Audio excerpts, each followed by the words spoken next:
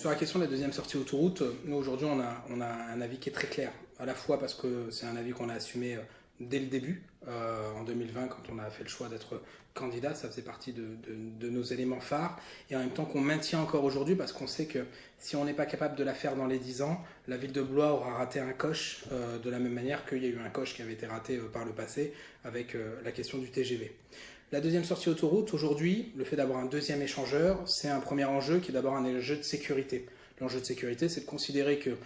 à des temps ponctuels de l'année, heureusement c'est pas fréquent, mais c'est quand même systématique à certains temps ponctuels, on a dans la voie d'insertion qui permet d'accéder à la sortie de Blois, d'un côté comme de l'autre, on a tout simplement parfois des mini-bouchons qui vont jusqu'à s'étendre jusqu'à la troisième voie de la sortie d'autoroute. Conséquence, quand on a des voitures qui roulent à 130 et en même temps des voitures qui sur la troisième voie de droite sont arrêtées, il y a un vrai enjeu de sécurité et Dieu merci, on n'a jusqu'à maintenant eu aucun drame, mais c'est quelque chose qui de toute façon nécessite de revoir ce sujet quant à l'infrastructure actuelle, d'où la question de l'agrandissement de l'échangeur ou la question de la deuxième sortie d'autoroute. Le deuxième point,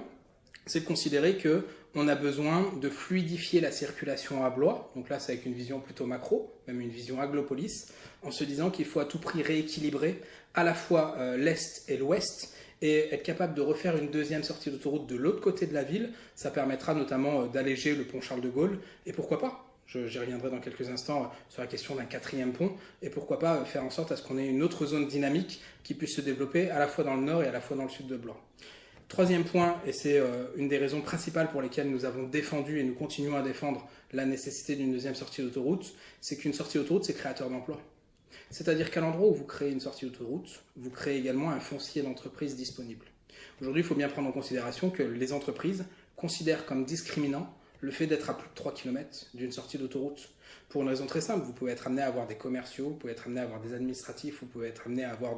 des camions qui ont besoin de se rendre à Tours, à Orléans, à Paris ou n'importe où en France, et qui pour conséquent vont devoir accéder à la sortie d'autoroute. Et donc plus vous êtes installé près de cette sortie d'autoroute, plus vous faites des économies. Donc aujourd'hui, il y a un vrai enjeu d'attractivité pour le monde de l'entreprise, qui est celui d'être à proximité d'une sortie autoroute, ce qui explique d'ailleurs le succès de notre sortie actuelle, qui bientôt va être saturée en termes de capacité d'accueil de nouvelles entreprises. Donc créer une nouvelle sortie d'autoroute, c'est créer aussi un nouveau foncier disponible qui permettra à la fois à des entreprises hors de Blois de venir s'installer à Blois, de profiter du cadre de vie blésois, et en même temps à des entreprises blésoises qui ont besoin de se développer, d'avoir du nouveau foncier disponible. Moi, je regrette toujours cet exemple de cette entreprise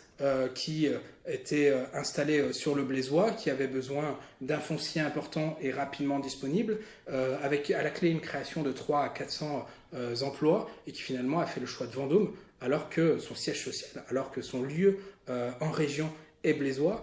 finalement de se retrouver dans une situation multisite parce qu'on n'était pas en capacité de lui offrir du foncier. Donc créer une deuxième sortie autoroute, le troisième point, c'est justement être capable de créer ce fameux foncier. Si on fait le point globalement sur les chiffres des 10 dernières années, la ville de Blois a perdu 5000 habitants et a perdu 3000 emplois. Créer un nouveau foncier autour d'une deuxième sortie d'autoroute, comme c'est le cas partout où une sortie d'autoroute a été créée, ça permet globalement l'installation de nouvelles entreprises qui ont chacune à chaque fois créé dans les 5 ans qui suivent de l'ordre justement de 3000 emplois. Donc ça permettra de rééquilibrer la perte que nous avons eue ces dernières années et donc de permettre à notre territoire à la fois de profiter d'un nouveau dynamisme et de faire en sorte à ce que les Blésois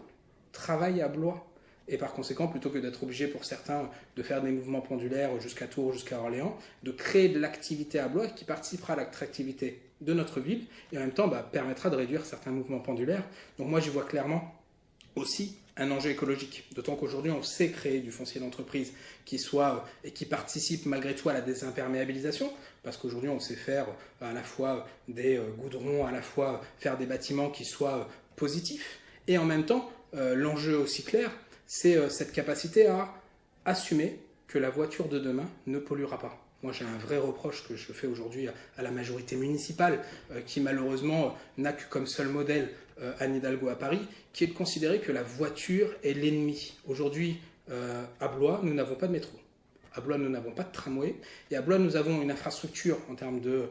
transport en commun, avec notamment les bus, qui est en soi insuffisante dès l'instant qu'on considère qu'il n'y a pas que Blois, mais qu'il y a Blois et sa première et deuxième périphérie, que ce soit des gens qui habitent à Célette, à Chitenay, à Chailles, et qui ont besoin de venir sur le Blésois, eh bien, s'ils n'ont pas leur voiture, ils ne viennent pas consommer à Blois, et au contraire, ils vont venir consommer dans les commerces de périphérie. Il y a un enjeu à assumer que la voiture a sa place à Blois. Et assumer que la voiture a sa place à Blois, c'est aussi considérer que les évolutions scientifiques qui sont en train et qui existent déjà depuis 10 ans, que ce soit sur la lutte contre les particules fines, ou que ce soit les réflexions aujourd'hui autour de la voiture électrique, qui reste polluante dans sa construction, ou demain autour de des moteurs à hydrogène, vont permettre à faire en sorte à ce que la voiture soit un moyen de locomotion qui soit propre et donc écologique. Et donc aujourd'hui, se battre contre la place de la voiture à Blois, je pense que c'est prendre du retard pour les 10 à 20 prochaines années. Deuxième point et dernier point sur la question du quatrième pont. Moi, je suis favorable à un quatrième pont. C'est un investissement qui sera lourd, c'est un investissement qui sera impactant pour nos finances, mais on l'a vu avec récemment la construction du pont François Mitterrand. Ça a permis tout simplement à la fois à des communes de se développer et en même temps d'alléger pour les plus anciens Blésois qui se souviennent du temps où il n'y avait que deux ponts. Ça permet tout simplement d'alléger le trafic et donc de fluidifier le trafic. Et aujourd'hui, il y a un vrai enjeu, même si on n'est pas à Paris, qu'on n'a pas d'enjeu de bouchon, qui participe à la qualité de vie, c'est faire en sorte à ce qu'il soit facile de traverser la Loire. Moi, je suis de Blois-Vienne. Je suis un enfant de Blois-Vienne. À Blois-Vienne, on est de Blois-Sud, donc la Loire, je la traverse tous les jours. Et il est vrai que dès l'instant que les ponts sont congestionnés, on se retrouve dans une situation où la qualité de vie est clairement dégradée, à la fois parce qu'il y a du klaxon, à la fois parce qu'il y a des voitures qui sont en stationnement, à la fois parce que du coup, les gens se disent qu'à Blois, c'est pas forcément accessible. Et quand vous avez quelqu'un qui vient du sud de Blois, donc comme je disais tout à l'heure, qui viennent du Comtrois, qui viennent du Montrichardais, qui viennent de Célette, de Chitenay, de Cormeray, de Vineuil ou de Saint-Gervais, et qui, parce qu'il vient à Blois, se retrouve coincé sur un pont, ou exceptionnellement parce qu'il s'est garé, a eu du mal à trouver une place de parking et même parfois a pris un PV, effectivement, on peut comprendre que plutôt de consommer à la librairie Labbé, qui est juste à côté de ma permanence ici, il va préférer aller dans un commerce de périphérie ou utiliser Amazon, parce que finalement, ça lui sera moins coûteux, ça lui sera plus facile, alors qu'on a un vrai enjeu aujourd'hui qui participe de l'attractivité de notre territoire, c'est de faire en sorte à ce que nos commerces aient de la clientèle. Et la clientèle blésoise ne suffira pas à nos commerçants blésois. Il faut assumer que nos commerçants blésois ont besoin du trafic de périphérie. Et ce trafic de périphérie, ce n'est pas un trafic qui vient en métro, ce n'est pas un trafic qui vient en tramway, c'est un trafic qui vient en voiture.